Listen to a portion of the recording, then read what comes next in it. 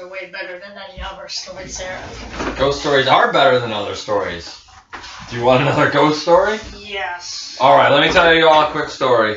Let me try to keep it quick. This one's called The Ghost in St. Laurence. And this is real deal.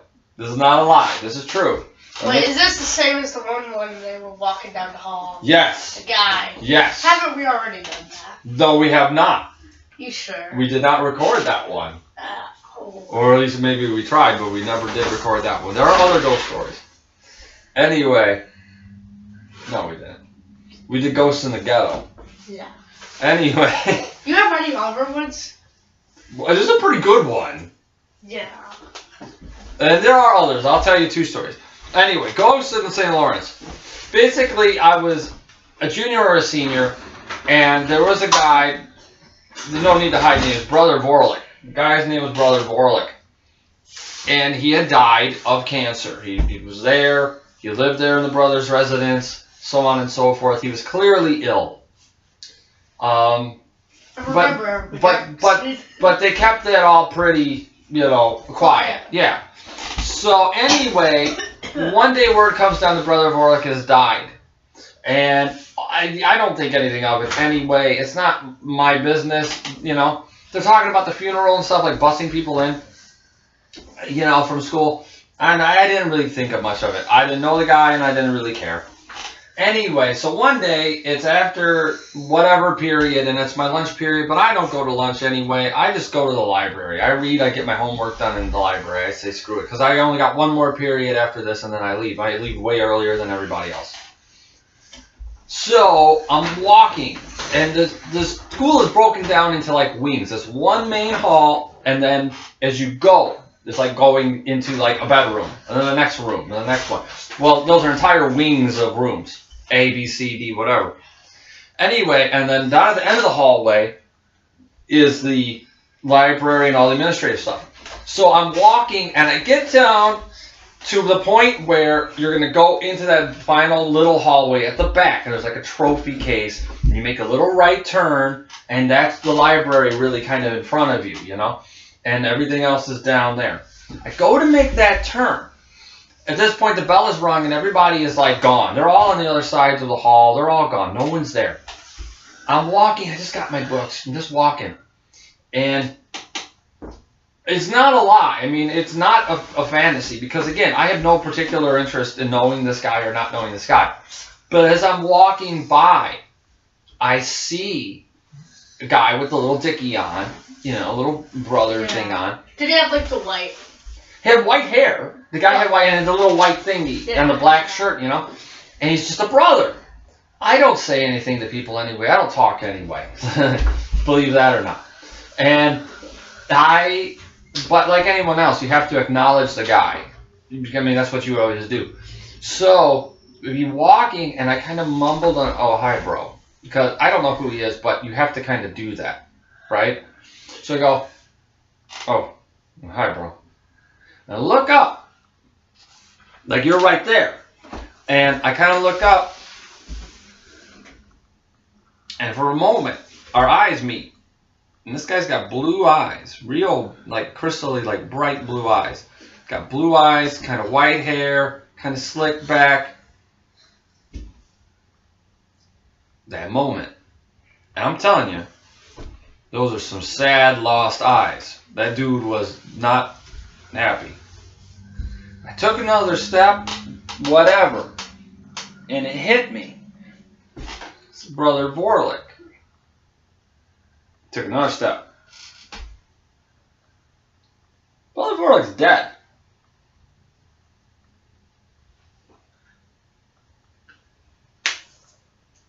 Nothing. Nobody there. There's nowhere to go. There's no hallway to turn into. There's nowhere to go. The guy can't disappear in one step.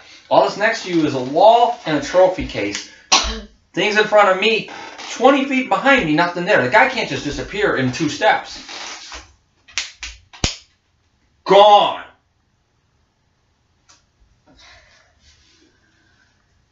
This is real. I've just seen the ghost of Brother Vorlick. And man, I'm telling you, he was sad looking. He was very not good. He was not at rest. Go in the library, I'm sitting down, I'm milling it over, and I'm, what's going on, man? That can't be right. Just can't get it. Just can't comprehend it. I go to the next class, in my last class, and there was a guy in front of me named Knabjan. We were always kind of alphabetical. He's K-N-A, I'm K-N-E. I was like Mike. I didn't talk to many people, but because he was around me, I talked a little bit to Mike through the years. And I always liked him. He was a Pearl Jam fan and stuff. I always liked Knabjan. He's okay. Anyway, that's how I remember him. He liked Pearl Jam and stuff like that. Anyway, guitar player. I go, hey Mike, didn't Brother Borlak die, right? And he goes, yeah, a couple days ago. He goes, they're having the wake tomorrow. The people are going. And he looks at me kind of funny. And he goes, why do you ask? It was in that moment I decided that I would not say anything. I was already not an outcast, but I was already not a really talkable, friendly guy. I was just kind of there. It's kind of like Pete Coyne said to me years later at Loyola, looking back, passingly, he goes, you never upset anybody. No one disliked you. I said, I don't really have a lot of friends. I mean, it wasn't like a really liked guy. And he goes, well, it's nothing that no one disliked you. You just were kind of there. So, if I wanted to go from being just kind of there to being completely a psycho, I would say, yeah, Mike, I saw Brother Borlak's ghost walking down the hallway. I said, you're just wondering. And he just kind of looked at me. He just kind of looked at me for a second, and he was like, okay. Because he knew. He knew I wanted to say something, but I wasn't going to say anything. He was like, there was something. I had something to say, but I wasn't going to say it out loud. Not in that group. So to this day, I never really went on record to say I saw that, nor did I ever say names or anything. But yeah, I did see the ghost of Brother Borlak. And if other people around St. Lawrence, they ever come across that or have experiences, and I know that they have like a little like group there from time to time of paranormal guys, kids that are into that stuff, that's a real story. Like if anyone ever at this point, all these years later, came to me and said, Eric, tell me more about it. Like what happened? Like what's the experience? I would actually talk about it now. Or like if I went to a reunion and people were like, so I hear you saw a ghost. Now I would say it, but at the time I would never. So that's the ghost in St. Lawrence, at least one of them, the ghost in St. Lawrence. Now, I've worked other places and been other places that there's ghosts. Helping Hand is a whole nother story. There are people, Helping Hand Rehabilitation in Countryside, work there. That place is haunted. Mom had her hair pulled. I had experience. People have experiences generally like in the bathrooms, particularly on what used to be the adult side of things. It's not the adult side now. I think it's just the kids have the whole school now. Oh. That one's a whole nother story. That's another time. There's the time that I saw the ghost battle in the middle of the night. There's a ghost. We were living in the condo. We had moved into the condo for a short while before buying the house in Bridgeview. And I was in high school. And my mom, and now stepdad, and dad, and we were on the third floor looking out over Hale Park. I had fallen asleep on a couch or something like that. And I don't know why. It had vertical blinds, and we were in the corner unit, third floor, looking out. Had this great view over the entire football field. But the lights turn off at like 10 o'clock. Well, for whatever reason, it was lit up like a mug. I could see it like glowing out from underneath the vertical blinds going out into the patio. I don't know what time it is, 4 in the morning, something like that. That should not be happening. So I go over to the blinds. I'm scared. I'm like, what's going on? I don't know. I'm messing up. I'm all messed up here. And I go walking over the blinds, and I part the blinds, and I look out. And I swear, I mean, maybe it's just me sleepwalking, having crazy visions, I don't know. But it's this long field, the whole football field. And it's lit up like daytime, bright. Like the lights are on like bright. And it's like fog. Like 3 feet of fog. Like off the ground. Just across the whole park. And on one end of the park, it's like one long row of like soldiers. and on the other end of the park, like a whole row of soldiers. And I look out on this, and I was flipping out. I got really scared. Like my heart started, my stomach was all like turning. I'm looking out, and I'm like, they're totally gonna have like a battle. There's gonna be like a war. Why didn't you get like a video cam? I didn't have no video cameras back then. Back in '98 or something. Well, you could at least stayed up and watched it. Then I was you would scared. saw people die. I was scared as shit. And then you would be like a person who would be awesome. I'm still pretty awesome, but then you would be like on the news. no, not for good reasons. I'm looking out on this, and to this day, I got interested, and I'm looking up. I'm like, has there ever been wars around here? Is there something? But how did this end? Like, I don't really remember. Away? I was scared as shit, is what I remember. Or did you just go back to bed? I remember closing the blinds, walking away, and seeing it like glowing. Well, why didn't you go get Mom, and then she could have had a second camera? Great idea. Go pull Mom out. I think I sat down like on the couch, and I literally like pulled the covers like over my head type thing. I was like, no way. I did not see. You should have watched it. You should have saw people. And to this day, I stood there, and I was like, I'm not even joking. I was waiting and waiting to hear like police sirens. Like I was waiting for like someone to like call, like this was like a gang. Initially I thought it was like a gang war gonna take place in the park in the middle of the night. Well, why didn't you call the police? I thought about it for a moment. I was like, should I like call the police? Like, well, what were you gonna say? I don't know. What are you gonna say? There's like 3,000 dudes. I don't know. I mean, there's like 300 dudes lined up outside in the park in the middle of the night, covered in dense fog. With guns. And I don't know if they look like guns. I don't know. Like they're gonna battle. They're gonna do battle right there. I mean, this is not like costume play war or something here. Like this is like real deal. Like people getting shot and like maced in the face and stuff. You know what I mean? Like dudes are getting messed up. These dudes are getting jacked up.